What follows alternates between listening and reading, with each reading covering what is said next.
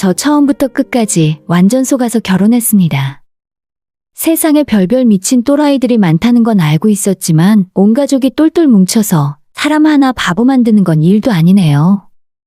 남편은 물론이고 그 집안 식구들 모두 제가 절대로 가만 놔두지 않을 거고 지구 끝까지 쫓아가서 하는 일마다 다 망하라고 저주를 퍼부을 거예요. 짧은 연애 기간이었지만 정말 잘 통한다고 생각했고 무엇보다 제 말이라면 다 들어주고 껌뻑 죽는 남자의 그런 태도가 너무 마음에 들었어요. 결혼할 때도 처음부터 끝까지 제가 하자는 대로 다 맞춰주었기 때문에 말다툼 한 번 한 적 없이 일사천리로 결혼을 하게 되었습니다. 그런데 제가 왜 오늘 사연을 보낼 결심을 하게 되었냐고 하면 혹시라도 저처럼 남자의 달콤한 거짓말에 감쪽같이 속아서 결혼하는 피해자가 없길 바라는 마음으로 오늘 제 이야기를 보내게 되었죠. 제가 남편을 처음 만나게 된 건 작년 초였고 연애 1년 조금 넘었을 때 프로포즈 받고 지난 7월에 결혼했어요.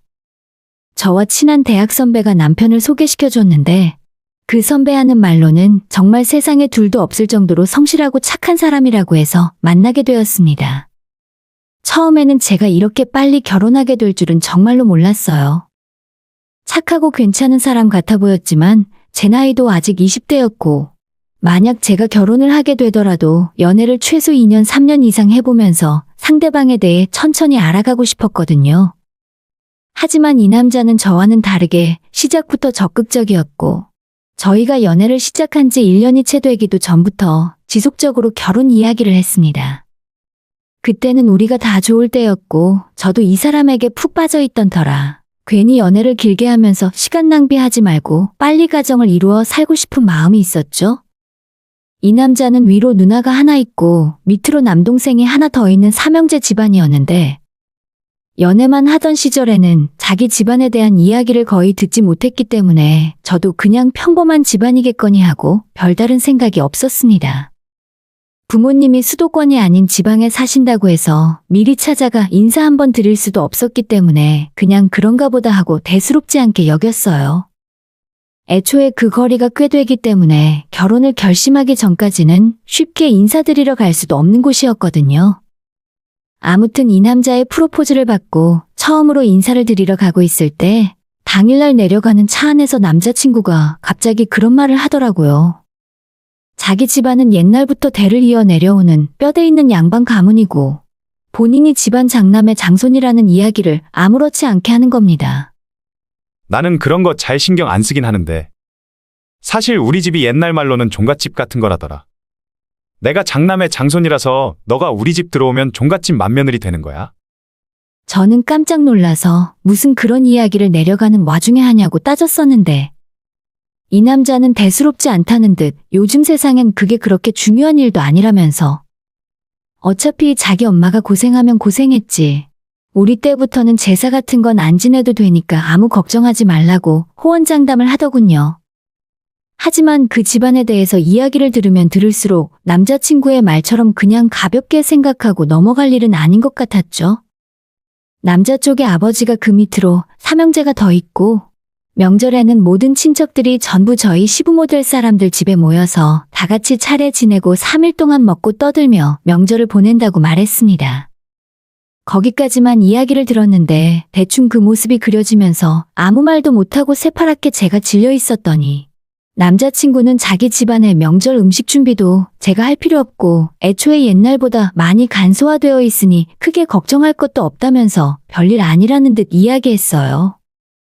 원래는 5대조까지 제사를 지내는데 자기 엄마가 맡아 하게 되면서 그 위로 2번은 힘들어서 없애버리고 지금은 겨우 3대까지만 조상 제사를 지낸다며 그게 1년에 고작 6번밖에 안 된답니다. 6번 제사라니 저는 그런 건 진짜 처음 들어봤어요. 설날과 추석에 차례 지내는 건 별도로 따로 하는 거니까 1년에 총 8번의 제사를 지내야 하는 것 아닙니까? 12달 중에 8번이니 거의 매달 지내다시피 하는 건데 만약 제가 이 남자와 결혼하게 되면 제사 때마다 시댁 내려가서 음식 준비하고 제사상을 차리고 있는 제 모습이 머릿속에 그려지기 시작했어요. 그제서야 제가 어떤 결혼을 하려고 하는지 실감이 되고 걱정되기 시작하더라고요. 반면에 저희 집안은 아빠 쪽 친척은 고모 하나뿐이고 그나마도 아빠랑 고모네 사이가 별로 좋지 않아서 평소에 거의 볼 일이 없습니다. 할아버지는 돌아가시고 할머니는 혼자 사시기 때문에 저희 식구는 명절이 되면 우리 집으로 할머니를 모셔다가 차례상이라고 부르기도 민망할 정도로 간소하게 차려서 할아버지께 술 한잔 올린 다음에 식구끼리 맛있는 거 먹고 편하게 쉬면서 보내는 것이 명절 모습이에요. 제사도 없다시피 하고 그냥 할아버지 돌아가신 날에는 평소 저희 집안 저녁 먹는 밥상에 할아버지가 좋아하셨던 반찬 한두 가지 더 올리고 아빠가 밥상에 술 한잔 올리는 것이 끝입니다. 제가 아주 어릴 때 돌아가셨던 할아버지께서 생전에 쓸데없는 집안 허례허식을 다 없애고 본인 돌아가시고 난 뒤에도 제사 같은 건 지낼 필요 없으니 산 사람들끼리 사이좋고 행복하게 살면 그게 잘된 집안이라고 말씀하셨대요. 물론 아이러니하게도 저희 아빠와 고모는 다른 이유로 싸워서 그다지 사이가 좋진 않지만요. 아무튼 할아버지 덕분에 저희 집안은 그런 제사와 명절 준비에서 자유로워졌고 아예 아무것도 하지 말라고는 하셨지만 저희 엄마가 챙기고 싶은 마음에 할아버지 기일 정도만 간단하게 챙기면서 넘어가고 있어요. 저희 할머니도 당신이 돌아가시고 난 뒤에는 제사 지내지 말라고 말씀하시는데 아마도 엄마는 할아버지 때랑 똑같이 할머니도 챙겨드릴 생각이신 것 같습니다. 이처럼 저희 집은 명절에 모일 친척도 없다시피 하고 항상 가족끼리 조용히 보내다 보니 남자친구가 이야기하는 뼈대 있는 양반 가문의 종갓집안은 어떻게 해야 하는 건지 도저히 감이 오질 않았습니다. 그리고 한참 뒤에 남자친구 본가에 도착했는데 마당이 넓은 깔끔한 양옥집이었고 제가 인사를 드리러 갔을 때 남자친구의 부모님께서 현관 앞까지 나와 많이 반겨주셨습니다.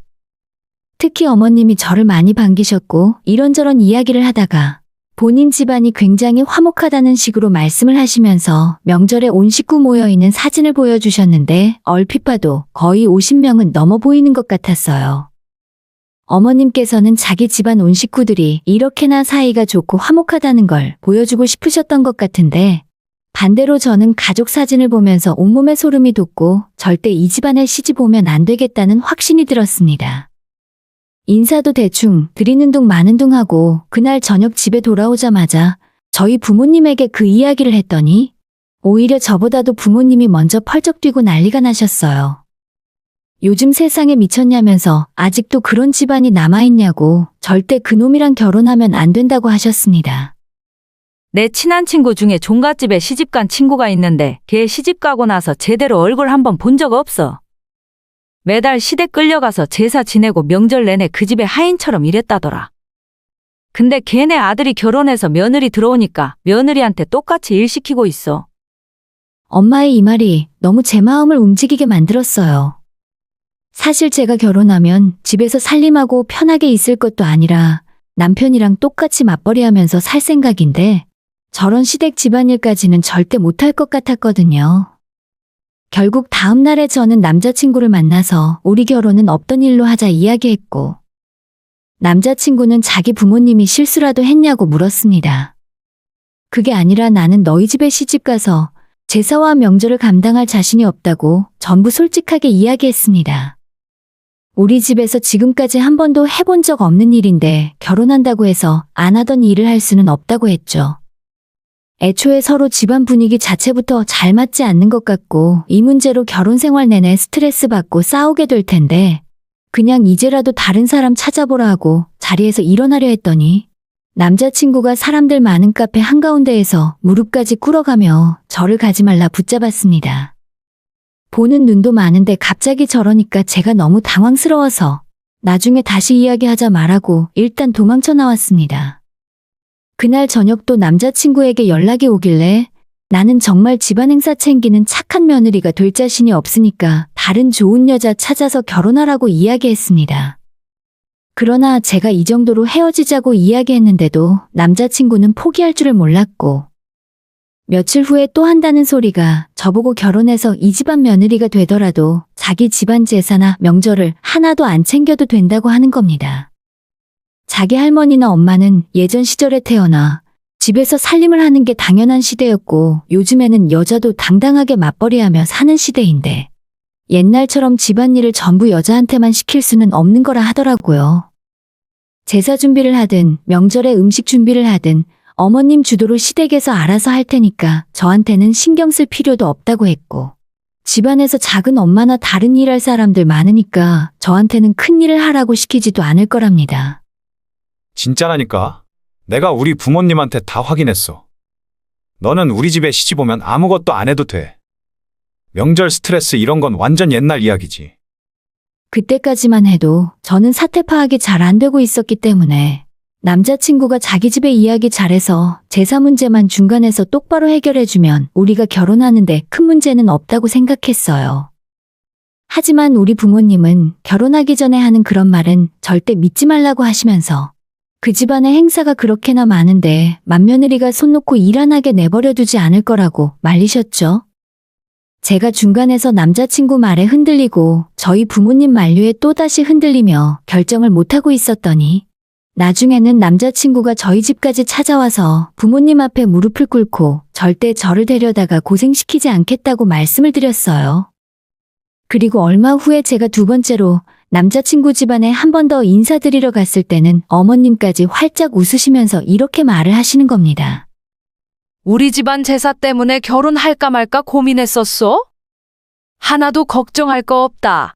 집안 제사는 나랑 동서들이 다 알아서 할 테니까. 요즘 젊은 아가씨들 제사 지내라고 하면 누가 결혼한다고 하겠니? 그런 거 아무것도 걱정할 거 없어.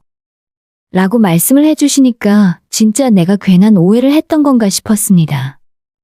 애초에 남자친구랑 저는 성격부터 직업이나 다른 조건은 정말 잘 맞는 천생연분이라 제사 문제만 아니라면 결혼하는데 걸림돌은 아무것도 없었는데 어머님까지 나서서 저렇게 말씀을 하시니까 더 이상 결혼을 망설일 이유가 없어졌었죠. 하지만 우리 부모님은 계속 불안해하시고 미심쩍어 하셨고 그냥 이번은 인연이 아니라 생각하고 다른 남자를 만나길 바라셨어요. 그렇지만 저도 이 사람과 1년 넘게 만났는데 갑자기 헤어지는 것도 쉬운 일은 아니었죠. 예정대로 결혼 준비가 이루어졌고 몇 번이나 확인을 받은 뒤에 결혼식을 올리게 되었습니다. 그나마 한 가지 다행인 점은 친정은 가깝고 시댁이 멀리 떨어져 있기 때문에 평소에 시부모님이 불쑥 찾아올 일은 없겠다는 것이었죠. 그쪽 식구들이 사람도 많고 그래서 모임도 많아 보였지만 저희가 멀리 서울에 사니까 시댁 집안 모임에 오라고 부르는 일도 없었어요. 처음 결혼식 올리고 한 달 정도 너무 조용하길래 역시 내가 괜한 걱정을 했었구나, 남편 말이 맞았구나 생각하고 있었는데 얼마 후에 시댁 첫 제사가 있었습니다. 저는 안 가도 될 거라 생각하고 남편에게 당신 혼자 내려가냐고 물었는데 남편은 조금 당황하더니 그래도 우리 결혼하고 처음 맞는 제사인데 가서 얼굴 비추고 시댁 어른들께 인사라도 드리고 오는 게 어떻겠냐 하더라고요. 회사에 반차 내고 오후 3시쯤 출발하니까 우리가 시댁에 도착할 때쯤에는 제사 준비도 다 끝나 있을 거고 저한테 절하라던가 집안 어른들한테 술 따르라고 시키지도 않을 거니까 그냥 가서 친척들한테 얼굴 보이고 인사만 하고 오랍니다. 솔직히 가고 싶진 않았는데 첫인상부터 완전 싸가지 없는 며느리로 찍히긴 싫었어요. 남편 말대로 인사만 하고 얼굴 도장만 찍고 오자는 생각으로 저도 회사에 반차를 내고 남편이랑 같이 시댁으로 내려갔었죠. 하필이면 금요일이라 내려가는 고속도로에 막히는 구간이 많았고 겨우겨우 시댁에 도착하니 시간은 오후 6시가 좀 넘어 있었습니다. 이쯤이면 제사 준비는 다 끝났겠지 생각하고 시댁으로 들어갔는데 거실에 어머님과 할머님 그리고 남편의 작은 엄마들까지 이 집안 여자들이 거의 다 모여 전을 부치고 음식 만들면서 제사 준비가 한참이었습니다. 어머님 댁 현관에서 인사를 꾸벅하고 들어갔는데 여자들은 전부 주방에서 일을 하고 있고 남자들은 거실에서 술을 마시고 있었는데 여기서 제가 어떻게 해야 하나 순간 고민이 되었습니다. 당연히 주방으로 들어가서 일손을 도와야 맞는 상황 같았지만 여기서 한번 선택을 잘못하면 앞으로의 제 결혼 생활이 평생 꼬일 것 같다는 생각이었죠. 주방에서 저를 바라보는 시선들이 느껴졌지만 그래도 자연스럽게 남편 옆으로 가서 자리를 잡고 앉았고 최대한 주방 쪽은 신경 안 쓰려고 노력했어요.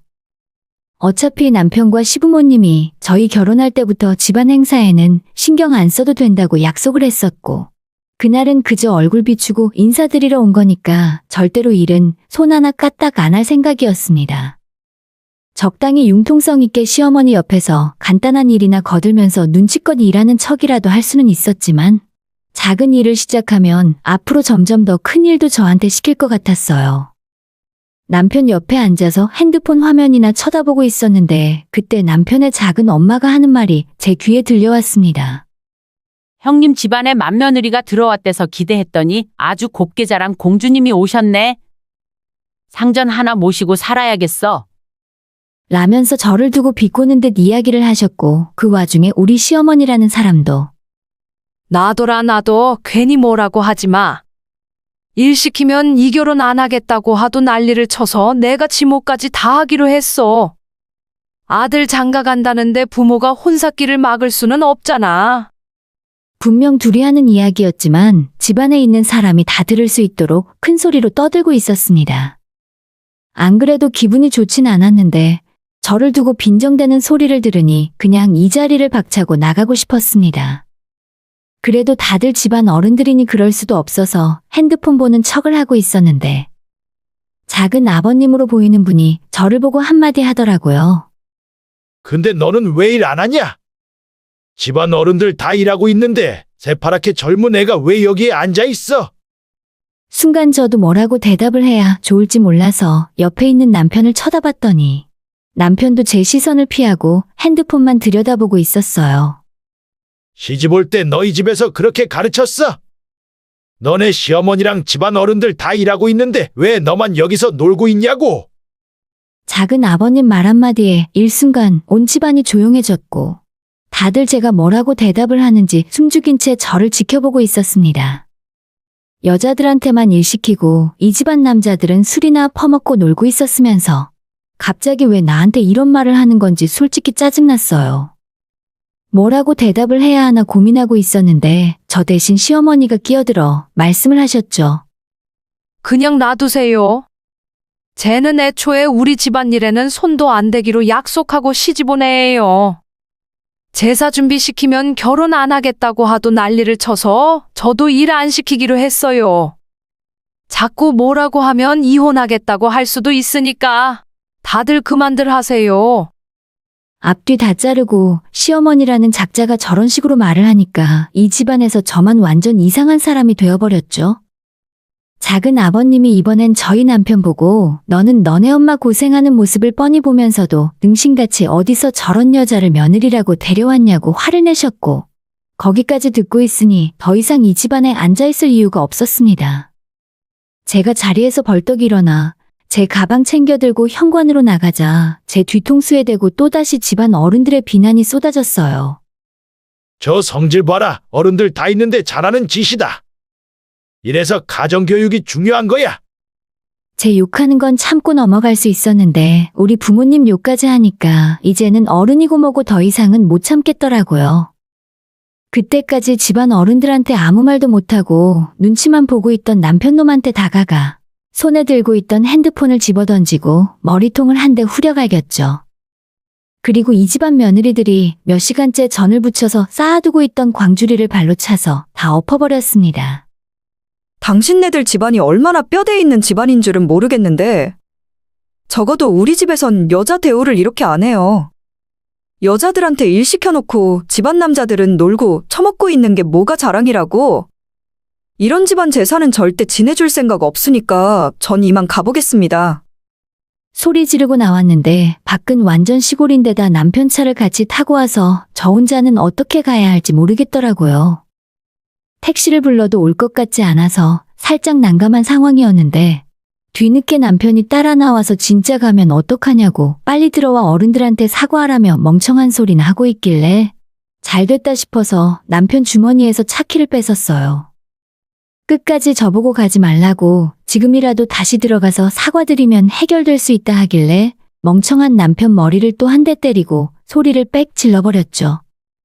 야, 너는 나한테 이 꼬라지 보여주려고 결혼하자고 했어?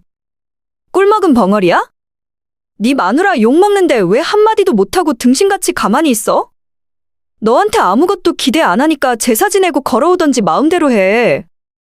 뺨 맞고 벙쪄 있는 남편을 혼자 두고 저만 집으로 올라왔습니다.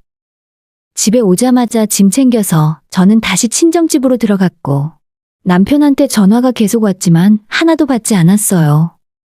다음날 그냥 이혼할 거라고 이야기했더니 남편은 자기가 뭘 잘못했다고 이런 일로 이혼하냐면서 무조건 안 된답니다. 시작부터 이 모양이고 앞으로 결혼 생활 내내 제사 문제로 저를 괴롭힐 것이 불을 보듯 뻔한데 당장 돌아오는 추석에도 시댁에 내려갈 자신이 없더라고요. 그냥 나 말고 집안일도 잘하고 군말 없이 집안 제사도 잘 지내는 종갓집 맏며느리감을 다시 찾으라 했더니 원래 처음이 어렵지 하다 보면 별거 아니라 하네요. 그렇게 쉬운 일이면 그 집안 남자들이 할 것이지 왜 저를 시키려고 한답니까? 그냥 이혼할 거고 집에 들어갈 생각도 없으니까 내가 혼수하는데 들어간 돈만 그대로 다시 돌려달라고 했죠.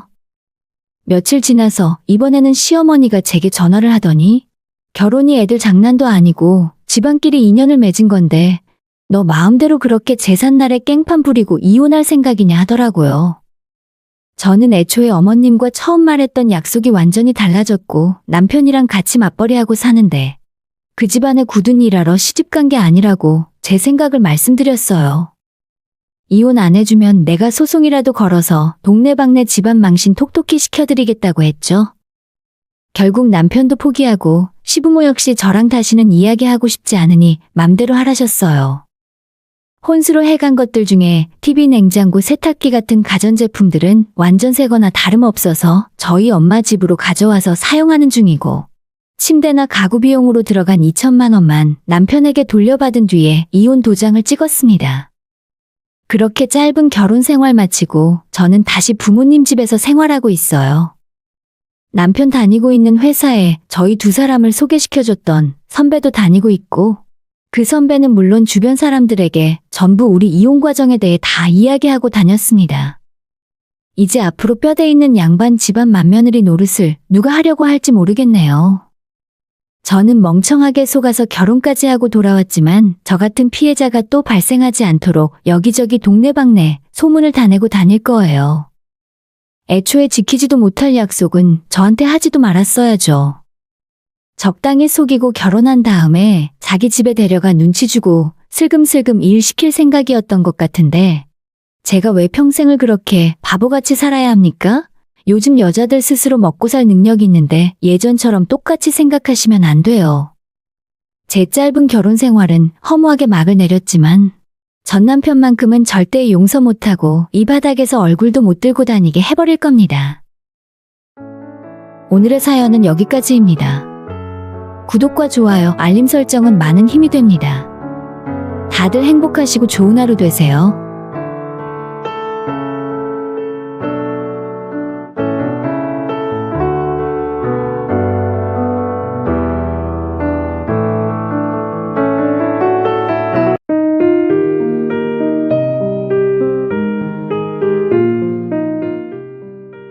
저는 서울에 살고 있는 40대 여자입니다. 요즘 뉴스를 보면 세상 돌아가는 일이 정말 눈뜨고는 볼 수 없을 정도예요. 잘 나가던 연예인이 사고를 쳐서 한순간에 퇴출이 되고 유명한 정치인들이나 운동선수들도 한 번에 나락으로 떨어지더라고요. 하지만 이런 일들이 흔하게 일어나는 건 아니라 생각했고 TV의 사건 사고를 보면서도 나와는 별 상관없는 일이라 여기며 살았습니다. 그런데 저한테도 그런 일이 일어나고야 말았어요. 제 인생에서 가장 암울하고 힘들던 순간에 찾아왔기 때문에 저는 결혼이라는 올가미를 벗어 던지고 예전 제 인생을 다시 되찾을 수 있었죠. 이제는 어느 정도 마음의 여유가 생긴 덕분에 지난 일을 되돌아보며 이렇게 사연을 보낼 수도 있게 되었어요. 저는 영화를 엄청 좋아하시는 우리 아빠의 영향으로 어릴 때부터 외국 명작 영화들을 많이 접하면서 자랐습니다. 그렇다 보니 대학 진학할 때도 관련 학과를 진학할 정도로 제 인생의 영화는 정말 큰 부분을 차지하고 있었어요. 비록 저희 집안이 그다지 넉넉한 편이 아니었지만 저희 부모님께서는 제가 돈 때문에 꿈을 포기하는 것을 원하지 않으셨어요. 그래서 제가 영화 쪽 일을 하고 싶다 말씀을 드렸을 때 바로 승낙을 해주시더라고요. 그런데 친척들은 저를 보면서 항상 이기적이라고 뒤에서 욕을 했습니다. 특히 저희 이모가 가장 많이 그러셨어요.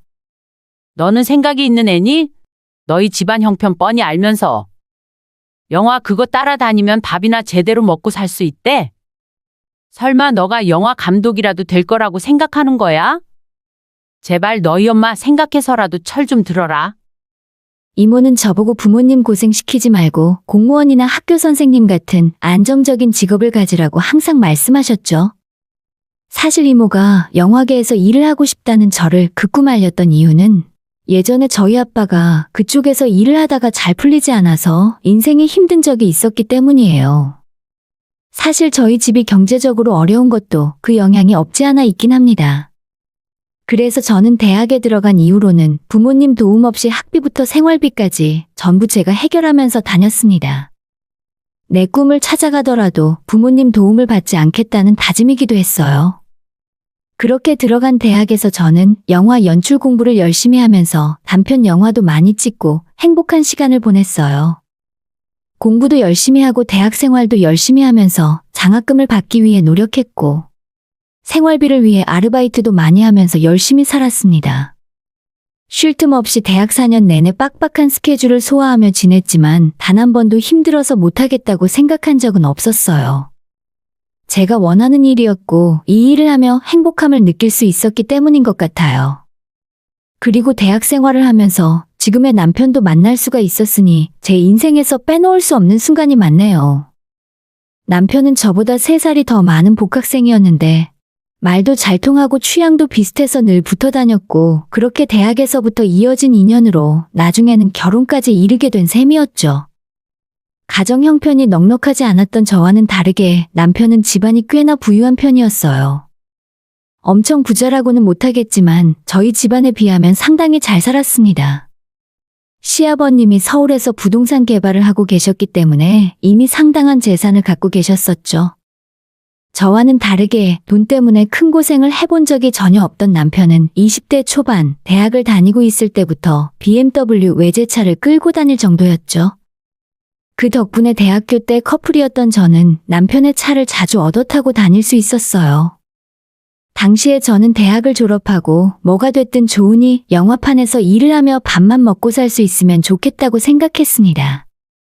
저희가 대학 졸업을 앞두고 있을 때 남편은 자기 아빠가 작은 연예 기획사를 인수했고 영화 제작도 앞으로 생각하고 있다면서 저보고 자기 아빠 회사에서 같이 일을 해볼 생각 없냐고 묻더라고요. 저는 애초에 영화 일이 아니면 할 생각이 없었기 때문에 단칼에 거절했습니다. 남편은 그런 제게 영화는 이 일을 하면서도 얼마든지 취미로 할 수 있다면서 먹고 살기 위해서는 제대로 된 직장을 잡아야 한다고 말을 하더라고요. 틀린 말은 아니었지만 그 당시에 저는 완전히 말이 통하지 않는 고집불통이라 남편에게 이별을 통보하고 유명 영화회사의 인턴으로 취업해 들어갔습니다. 수년간 거친 영화판에서 구르며 일한 만큼 제대로 대우를 못 받는 건 당연했고 기본적인 월급조차 제때 받는 것이 힘들었어요. 지금은 현장이 많이 바뀌었겠지만 저 때만 해도 여자는 거의 없고 대부분이 남자들이라 저한테 좋은 기회가 돌아오지도 않았습니다. 제가 쓰는 시나리오는 아무도 봐주지 않았고 제가 내는 좋은 아이디어는 선배들 이름으로 공이 돌아가곤 했었죠. 현실의 벽을 느끼고 이 더러운 영화판에서 떠나야겠다는 현실적인 고민을 하고 있을 때쯤 남편이 몇 년 만에 저한테 다시 연락을 해왔습니다. 너 요즘 많이 힘들다며? 후배들한테 들었어. 그냥 이쯤 했으면 됐으니까 포기하고 다시 나한테 와. 내가 너 하나쯤 먹여 살릴 능력 있으니까. 남편에게 갑자기 청혼을 받고 얼떨떨한 기분이 들더라고요. 사실 그때 이런저런 안 좋은 일로 많이 힘들기도 했었고 한결같이 저를 좋아해주는 남편을 보며 마음이 많이 흔들린 것도 사실입니다. 하지만 그렇다고 해서 바로 결혼을 결심한 것은 아니라 그 뒤로도 다시 2년 동안 연애를 더하고 난 후에 정식으로 청혼을 받고 결혼 준비를 시작하게 되었죠. 이제는 둘 다 나이도 어느 정도 찼고 직장도 나쁘지 않았기 때문에 더는 미룰 이유가 없었습니다. 그래서 처음으로 시댁에 인사를 하러 가게 되었는데 저는 난생 처음 보는 집의 규모를 보며 대문에서부터 기가 죽었습니다.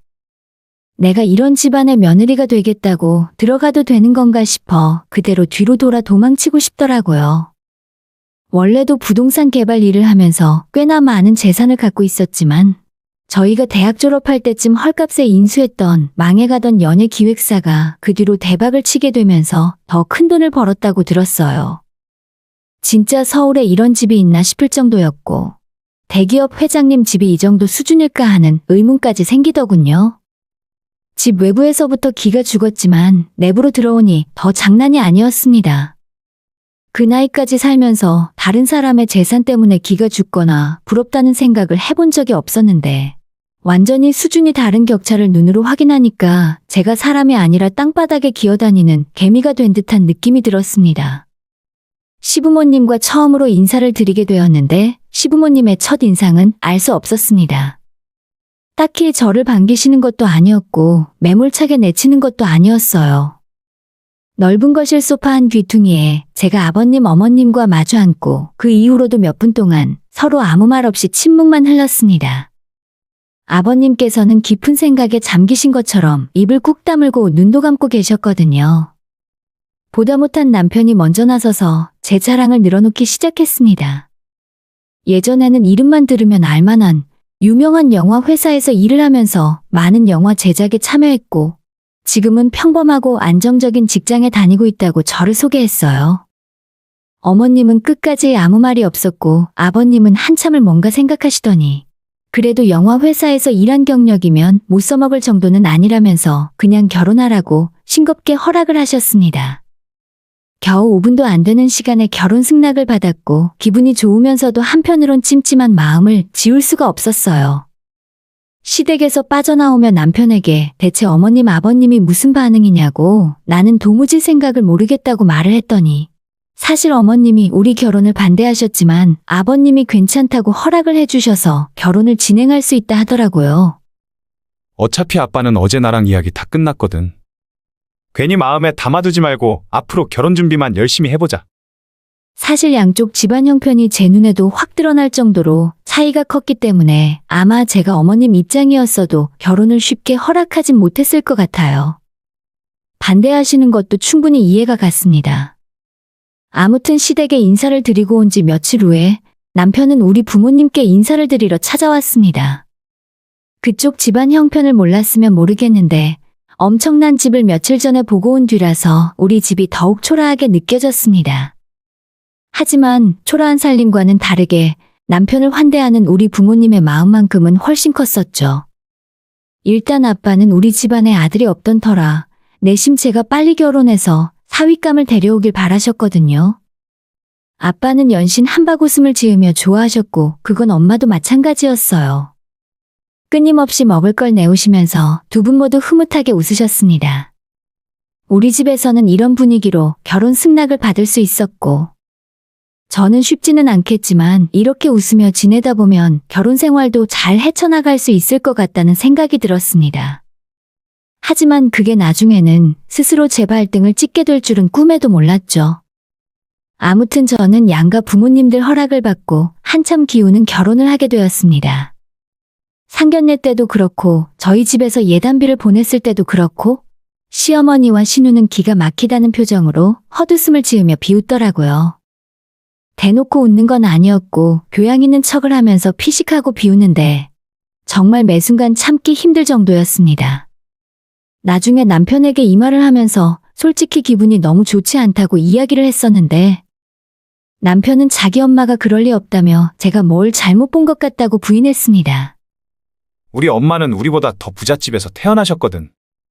그래서 원래 돈에 별로 관심이 없어. 내 동생도 하나 부족함 없이 자랐었고 그런 걸로 사람 판단할 정도로 몰상식한 사람들 아니야. 괜한 걱정하지 마. 자기가 결혼 앞두고 예민해져서 그렇게 보이는 거야. 남편은 눈치가 없는 건지 자기 가족들에 대해서 큰 착각을 하고 사는 건지는 몰라도 매번 저보고 그럴 리 없다 하더라고요. 하지만 옆에서 보는 사람은 모르더라도 당한 사람은 확실하게 알잖아요. 상대가 나를 존중하고 있는지 아니면 대놓고 무시하고 있는지 말이에요. 차라리 대놓고 제 앞에서 혼수가 너무 적은 것 같다고 말을 하거나 예단비가 마음에 들지 않는다고 얘기라도 해줬으면 속이 시원할 텐데 너무 답답하고 기분만 상했습니다. 처음부터 마음에 쏙 드는 시댁 식구가 어디 있겠냐며 엄마는 차차 시간이 지나면 나아질 거라고 저를 위로했지만 딱히 도움이 되진 않았어요. 그렇다고 겉으로 대놓고 드러난 일도 아닌데 이런 일로 화를 내며 결혼을 못하겠다고 뒤집어 엎기에도 애매한 상황이었죠. 찜찜한 기분으로 결혼식을 올리고 우리는 부부가 된 이후에도 저는 저대로 직장에 다니고 남편은 아버님 회사에서 일을 하고 있었죠. 서로 하는 일이 바빠서 연애할 때처럼 데이트를 자주 하지는 못했지만 그럼에도 저희 부부는 좋은 관계를 계속 유지하면서 살았습니다. 그러다가 결혼하고 처음 맞이하는 설 명절이 다가왔어요. 설을 얼마 안 남겨두고 남편에게 시댁에는 언제 가면 되고 차례는 어떻게 지내냐고 물었더니 저보고 아무 걱정 말고 명절에는 그냥 친정에 가서 편하게 푹 쉬다가 오면 된다 하더라고요. 그래? 진짜 그래도 돼? 어머님한테는 한번 여쭤봐야 하는 거 아니야? 나중에 서운해 하실 것 같은데. 혹시나 하는 마음에 어머님께 직접 전화를 걸어 물어봤는데도 남편 말대로 자기 집안에는 명절 차례를 안 지낸다면서 저보고 친정에 가서 쉬고 오라고 말을 하셨어요. 그 말을 들으니 정말 펄쩍 뛸 것처럼 기분이 좋았죠. 결혼한 여자들에게 명절 스트레스가 얼마나 크게 다가오는데 앞으로 평생 명절마다 친정 가서 부모님과 함께 보낼 수 있다니 이게 웬 횡재냐 싶었죠. 남편은 설 연휴 직전에 저희 친정에 가서 인사드리고 그 이후로는 혼자 편하게 연휴를 지낼 테니까 저보고 혼자 친정에서 푹 쉬다 오라고 말을 하는 겁니다. 에이, 내가 당신 혼자 집에 두고 어떻게 그래? 그냥 나도 하루만 가서 인사드리고 올게.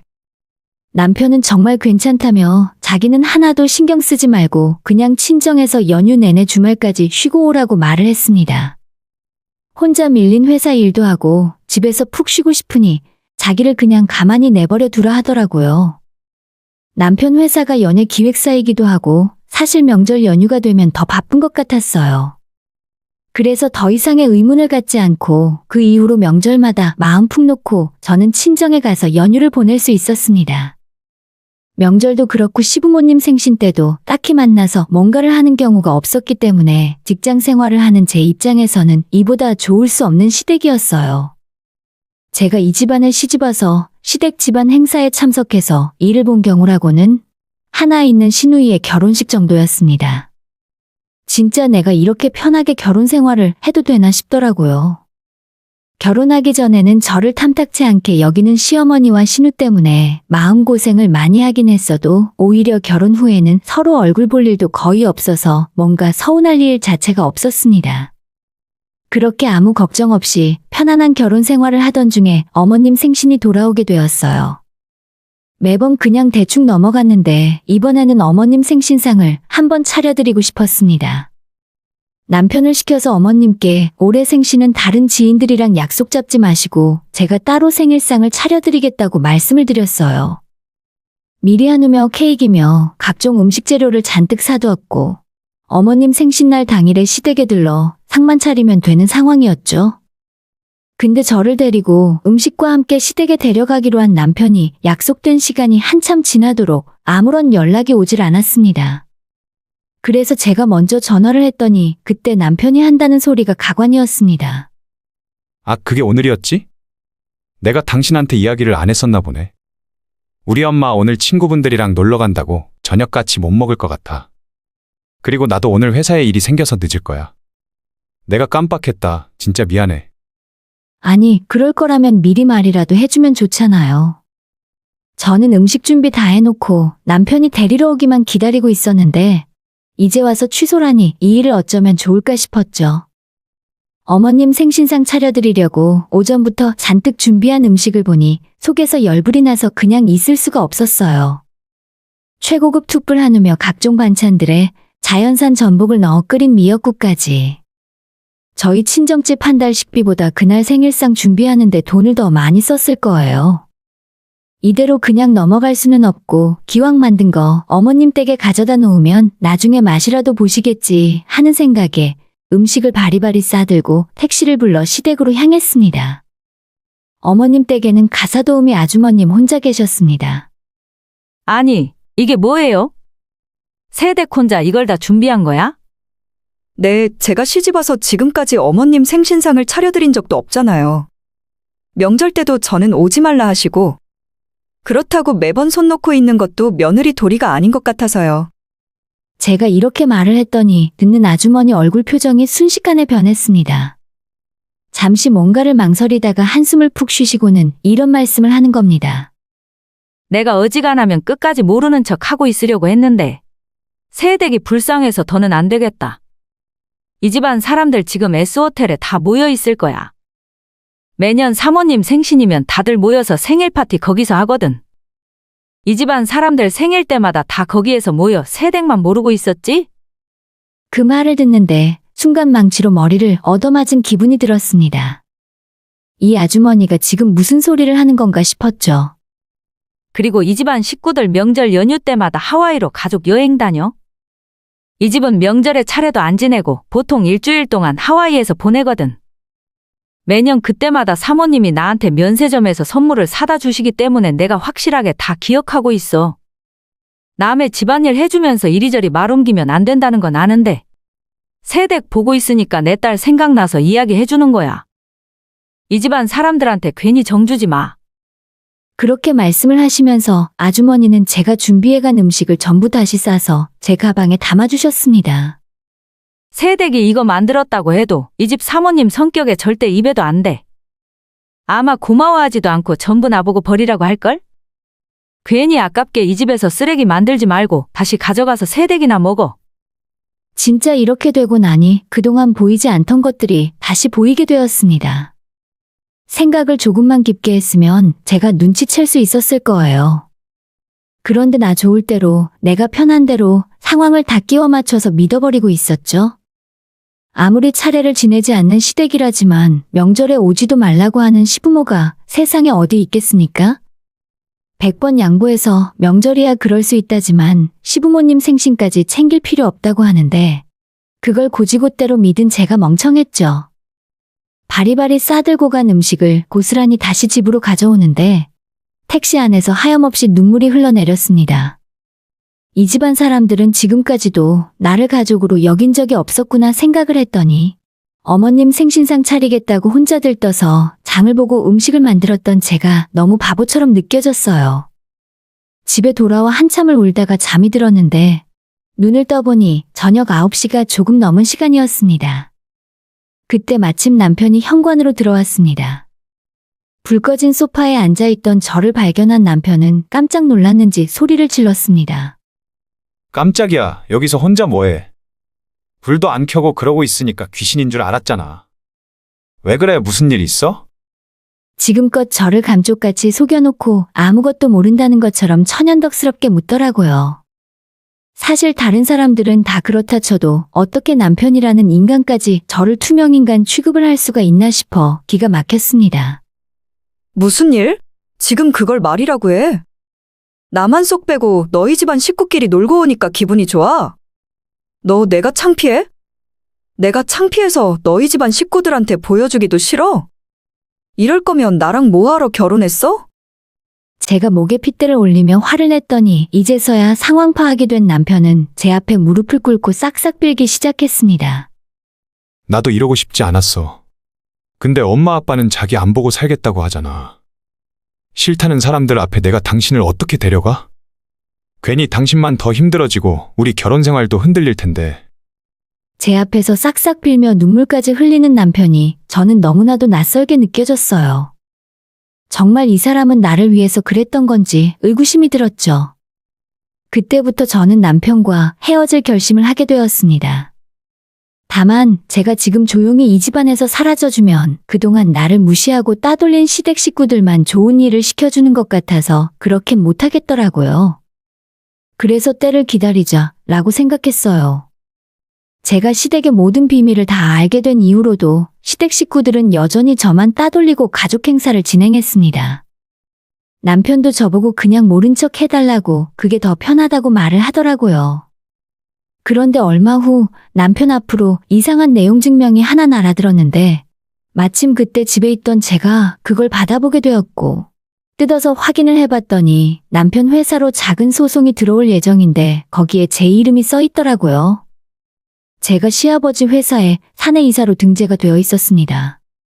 저는 전혀 그 사실을 몰랐고 남편에게 어떻게 된 일이냐 물었더니 자기 집안 식구들은 아무도 저보다 경력이 좋지 않았기 때문에 제 이름을 올리고 제가 대형 영화사에서 일을 하며 큰 프로젝트를 진행해 본 경력이 있었기 때문에 그걸 바탕으로 주변에서 투자를 많이 받아온 것 같았어요. 남편은 원래 가족회사는 식구들 명의를 많이 사용하니까 별일 아니라고 이야기했지만 저는 그 말을 듣고 기가 막혀서 웃음만 나왔습니다. 자기네 식구들 생일 파티에도 초대를 못 받는 사람인데 내가 언제부터 가족이었어? 지나가는 개가 다 웃겠네. 그냥 내 이름 당장 빼줘. 저는 남편에게 내 허락도 없이 내 이름과 경력으로 사기를 치고 다녔냐고 따졌고 당장 이 시간 이후로 내 이름을 빼달라고 요구했습니다. 아니, 어떻게 그래? 이미 투자까지 다 받았는데. 자기한테 피해가는 거 전혀 없다니까. 그리고 내가 어떻게 우리 아빠한테 그런 말을 해? 이거 계약 취소되면 위약금이 얼마인 줄 알기나 하는 거야?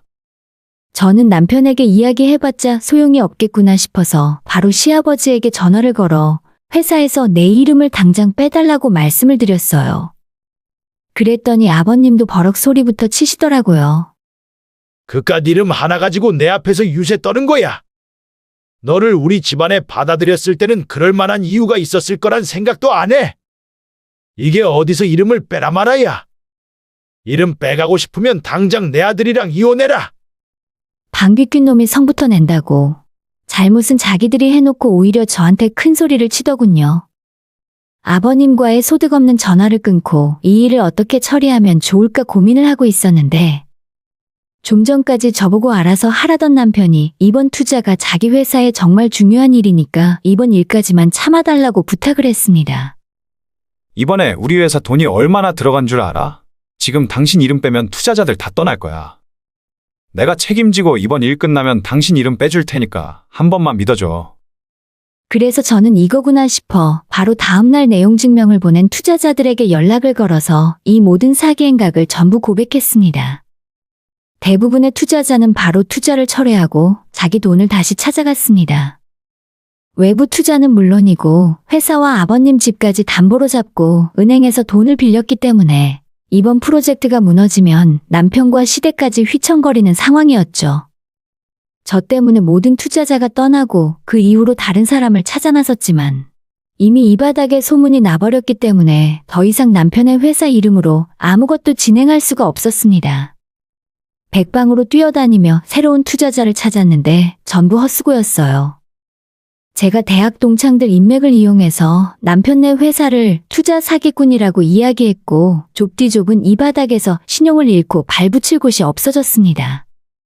남편이 망하고 시댁과 저희 집안에 빨간 딱지가 붙는 건 순식간의 일이었어요. 그 이후로 저는 남편에게 이혼 서류를 보냈고 제 명의를 허위로 이용해 회사에 투자를 받고 5년까지 했기 때문에 시아버지와 남편 앞으로 따로 소송까지 걸었습니다.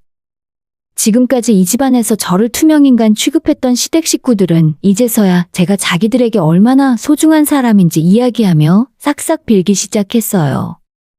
가족들끼리 서로 돕고 살아야 한다며 힘들 때 뒤통수 치지 않아야 한다고 개짖는 소리로 저를 붙잡으려 하더라고요. 뒤도 안 보고 단칼에 손절하고 돌아섰습니다. 사람이 사람을 대하며 저런 식으로 할 수도 있다는 걸 알게 되었어요. 실패한 이번 결혼 덕분에 인생 공부 잘했다 생각하려고요. 지금은 남편과 이혼하고 친정부모님 댁에서 함께 지내는 중이에요.